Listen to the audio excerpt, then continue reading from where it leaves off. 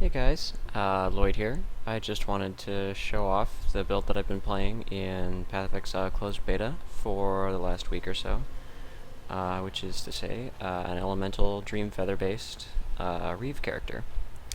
And I'm not going to go into it too much right now. I've got a Gorge map that we can run to show off my subpar Gorge clear speed. But I'll just give a quick mouse over my links and the weapons, and then we can talk about things afterwards. So there's the Dreamfeathers, using an Alpha's Howl for the reservation reduction and the +2 to auras. Then we've got Reave with Red, multi-strike, faster attacks, and added lightning damage. So without further ado, I will get right into the map.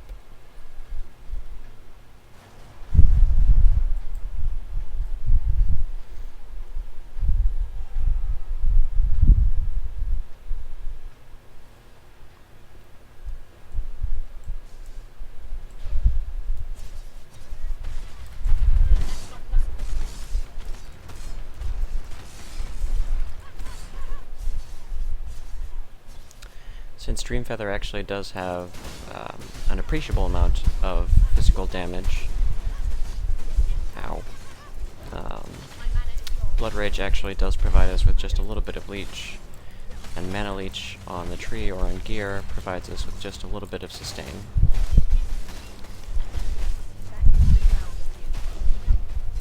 And Blood Rage also provides us with a reliable way of generating frenzy charges apart from Poacher's Mark, which also helps us keep those up.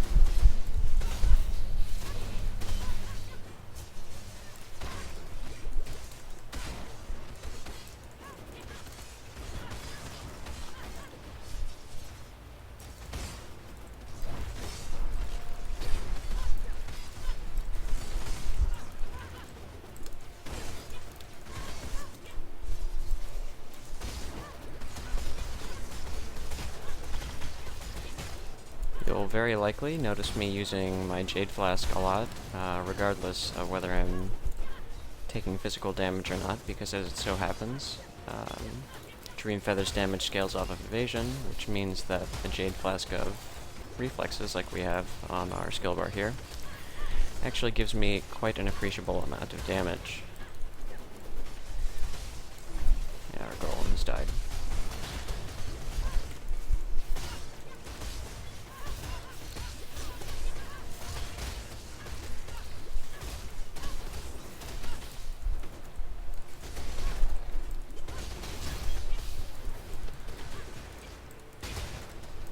As this is beta and my gear is largely self-found, my chaos resistance is pretty bad, as you may have noticed.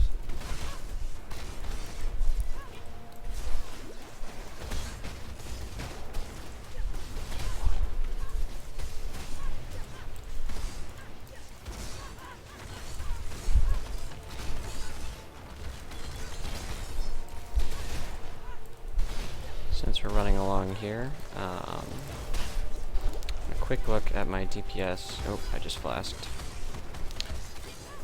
Since we just found a Reflect mob, it's nice to point out that this build is, especially with the Jade Flask up, largely Reflect immune, since we hit so many times in very small amounts, which enables Poacher's Mark, life gain on hit, to help leech us back that life, and keeps our resists mitigating large portions of that damage, providing they're capped, which they should be.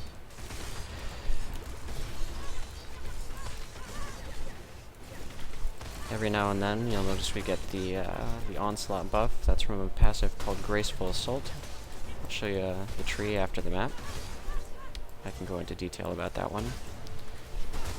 But without Onslaught and all of our buffs up, we run about 25k DPS in a 5-link, which I think is decent at level 82.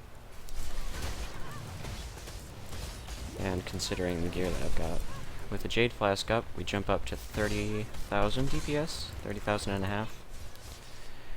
And when we have Onslaught,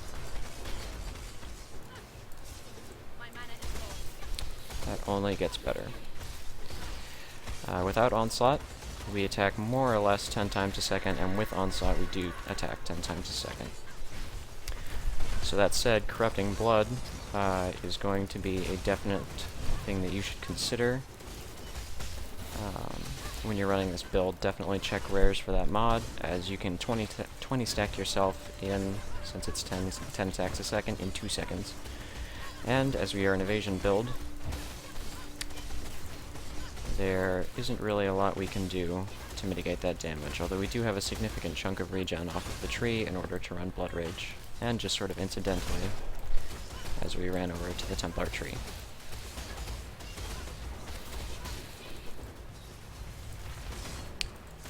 The changes to base damage as far as melee skills were really good to us as far as elemental skills go, as we can level up Reave and improve our damage that way.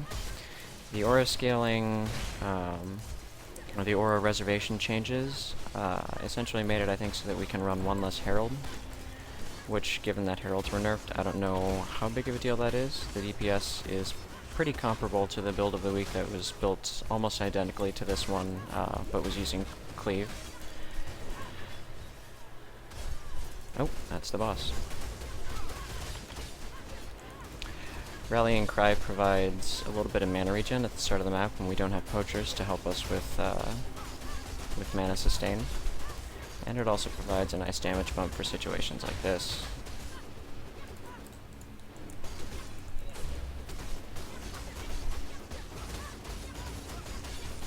As you can see, even in a 76 map, this guy's having a pretty hard time hitting me. Although here comes the Flicker Strike one-shot crit as soon as I say that, I bet. And there he goes. 2 monsters remaining. Alright, that's clear. Cool. Alright. So, taking a look at the build a little bit closer, we're using, like I said earlier, 2 Dreamfeathers. And the reason that we're dual wielding is this line here at the bottom, 1% increased attack damage per 450 evasion rating. So, using 2 of these gets us double that bonus, which roughly gives us I want to say, yeah, about 33% increase in DPS. You could, in the name of hardcore viability, use a shield with lots of evasion, but I think you would overall do a lot less damage. But, getting to the core of the build, some synergies that we're looking at is the Dreamfeathers. Since they scale off of evasion, we're obviously going to be stacking a lot of evasion, hence the Grace Aura. Which means that Queen of the Forest, which gives us move speed per evasion rating, works incredibly well for us, since we're a melee build. Dreamfeathers. Move speed is a pretty important stat, and it also allows us to dodge damage, which means that this isn't exactly a build that I would recommend watching Netflix while you play. But if you stack a little bit more life than I've got here, that'll be just fine. I know that my life total is underneath 4,000, just barely, but I have, I think, 144% life allocated currently on the passive tree. If you wanted, I'll get to hardcore viability later. Basically, the idea of the build, though, is stacking heavily into evasion and investing. Oh, we've disconnected. Investing heavily in evasion and defense, and having that also contribute to our clear speed. So Queen of the Forest helps us to move a little bit faster, which helps us get from pack to pack, in addition to our Quicksilvers and our Jade Flask, which actually serves as a movement speed buff when you're using Queen of the Forest. So that's pretty much it for that. Jade Flasks, like I said while I was clearing the map, work very well as not only a defensive measure, but as an offensive one. Just sitting here unbuffed, I have almost 17,000 DPS, and with with frenzy charges that moves up to closer to 25,000, and then with onslaught and the flask up, we're looking at 30,000 to 31,000 DPS. With better gear, obviously there's a lot of room for improvement. that number can increase substantially. But looking at my gear here, the reason that I'm using an Elrion ring is part of our sustain methods, because we attack nearly 10 times a second. Mana sustain is obviously a little bit difficult. Mana leech not quite providing everything that we need, or potentially not leeching fast enough with a pool of only 556 mana. I'm even spec'd into a couple of mana passives, as well as cost reduction here in the Templar tree. So between the mana regen that we path through on the tree, which I'll show here, some mana regen, life regen there, our Elrion ring, and Poacher's Mark, as well as a 2% mana leech jewel, we wind up with a pretty viable way of sustaining mana. If you find yourself ooming early in the map, before you get Curse on Hit, Poacher's Mark going, Rallying Cry really helps to get you through that, and it also helps to get through Curse Immune maps. Because Dreamfeather actually has a decent amount of physical DPS, having Leech on your gear or on a jewel in the tree will let you leech through at least a few seconds of hitting something before you run out of mana, especially if you're running a -8 Elrion ring, which mine is pretty awful, but I don't have the currency to multi-mod one, and I've been regaling like crazy, but this is the best that I could pull off so far. A quick look at my gear. You're looking essentially for attack speed, flat elemental rolls on your jewelry, or wed rolls, a good wed roll on your belt, which mine is okay. Strength is pretty important on your gear, either lots on your amulet or split between your amulet and your belt, as the tree does not pick up very much in the way of strength, but we do need it in order to run Rallying Cry, as well as Wed and Multi-Strike.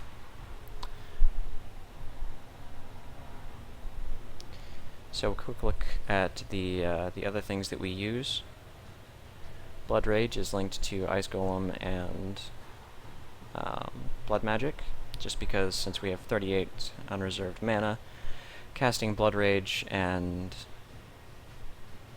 Ice Golem, Blood Rage is possible, but Ice Golem is actually not, given the amount of mana that it costs even without Blood Magic. Nope, it's just barely possible. We have exactly enough.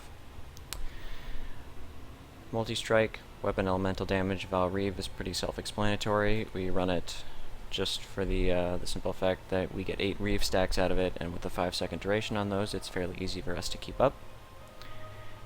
Curse on Hit, Herald of Thunder, Poacher's Mark is how we keep enemies cursed and help sustain our mana. Poacher's Mark was my choice, just because it helps generate frenzy charges in the event that Blood Rage expires, which it usually doesn't. But it also reduces evasion and provides extra flask charges, which is pretty cool, since our Jade Flask of Reflexes not only bumps us up to nearly 50,000 evasion when used, it also provides us a significant chunk of DPS. So that's pretty nice. And we're not crit, so we can't rely on the Surgeon's prefix to help us get flask charges. Whirling Blades is our primary movement skill and is linked to Blood Magic and faster attacks, as well as Fortify. If you were playing this in a hardcore setting, you might want to find a better way to get Fortify, the Fortify buff with a larger amount of uptime. Essentially, I get it when I whirl into a pack or I try to whirl out of a pack, which means most of the time that if I'm moving into or out of a dangerous situation, I'll have the damage reduction. But I don't have it all the time, which is sort of unfortunate, and results in some spiky damage taken. Thankfully, a lot of the burst damage in the game comes from animals, like Devourers or Roas or things like that, and Queen of the Forest provides us with a flat reduction of that physical damage taken from them. More thoughts on sustain. I know that Fizz to Lightning is sort of a pet gem of a lot of PoE players, and I did actually play around with it a little bit, but given that we use at least a small amount of mana leech, taking away some of that physical damage in favor of lightning damage wound up hurting our attack sustain problems, and in the end, added lightning damage actually did wind up doing a lot more damage. My other thoughts as far as a fifth link were Innervate and Lightning Pen. Lightning Pen, while it doesn't show up too much on Tooltip because of the way that penetration interacts with Tooltip DPS,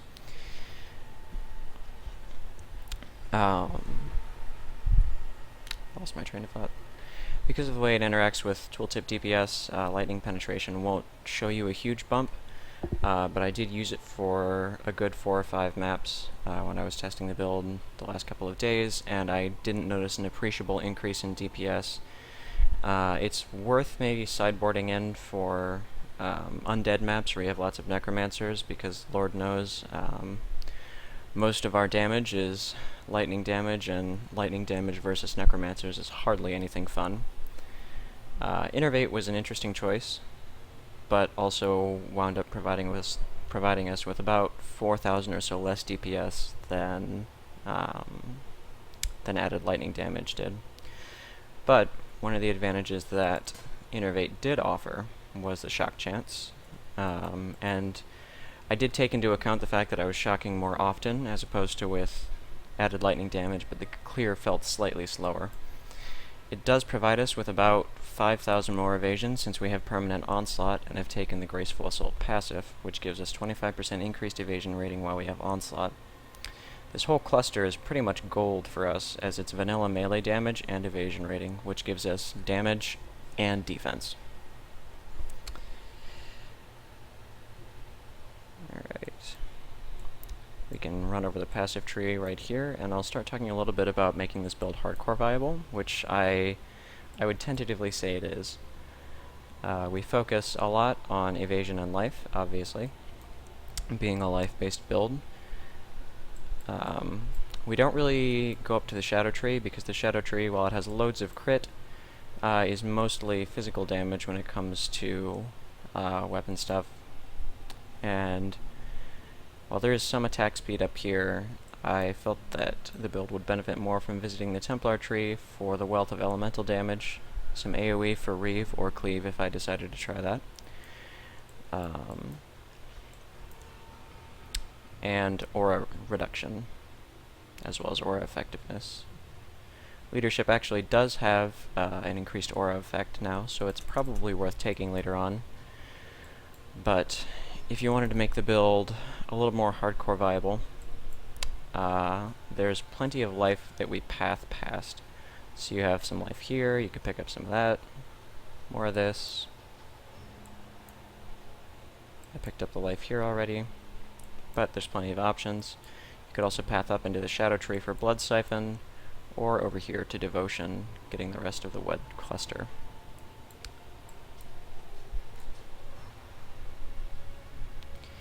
As far as golem options, I use an ice golem, mostly to help with accuracy, as the accuracy on my gear is not fantastic. I've got a decent roll here, and that's pretty much the only accuracy I have on my gear, besides the flat accuracy that comes on Dreamfeather. In the name of being a little bit tankier, I could definitely see using Summon Chaos Golem instead, which gives you a flat reduction in your physical damage taken. As far as chest options go, alternatives, if you feel like you can't afford a Queen of the Forest, which they're usually fairly inexpensive, Duresa's Defiance is an excellent alternative, and as far as hardcore viability goes, it helps provide you with Onslaught, which will give you the increased evasion more often, and it also generates endurance charges, which are another way of reducing physical damage taken. That would also enable you to maybe squeeze cast when damage taken Immortal Call into your build setup somewhere to help avoid physical burst damage, because physical spells are something that messes this build up pretty badly. Beyond that, I would almost just go for a rare chest piece with 2,000 evasion or so, or 1,500 maybe at the minimum, if you don't want to use Queen of the Forest for whatever reason. Belly of the Beast is an option, but the evasion on it isn't particularly great if memory serves. But the life on there is quite large, so if you can make up for the evasion on your gloves and boots, as well as maybe getting some evasion rolls on your jewelry, I think you should be alright. Lightning Coil is not an option that I'm a fan of, mostly because we have these gear pieces right here to cap our resistances, with the exception of the cold res that we get off of Alpha's Howl. While Queen of the Forest actually gives us resistances, Lightning Coil gives us minus 60, and while using 1, 2, 3, 4, 5, 6 pieces of gear to cap your resistances is hardly difficult, it means that your gearing is going to be a little bit more specific and difficult to find, as finding elemental damage rolls, lots of lightning resist, and then the other resistances that you need to cap on these means you might have to sacrifice, say, attack speed or high evasion rolls on the other pieces of gear.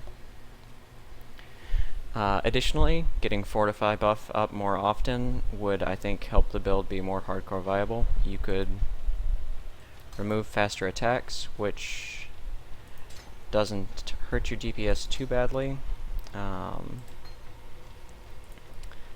but that would require coloring this thing with 4 off colors, which requires a fairly significant chromatic investment. Apart from that, if you have any questions about the build, feel free to leave them in the comments. I'll leave the passive tree in the comments as well, both on the YouTube video and on the Reddit post. And I hope you enjoyed the build. Feel free to give me comments. I apologize if I rambled or said a lot. This is my first time making a build video like this, so thanks for watching.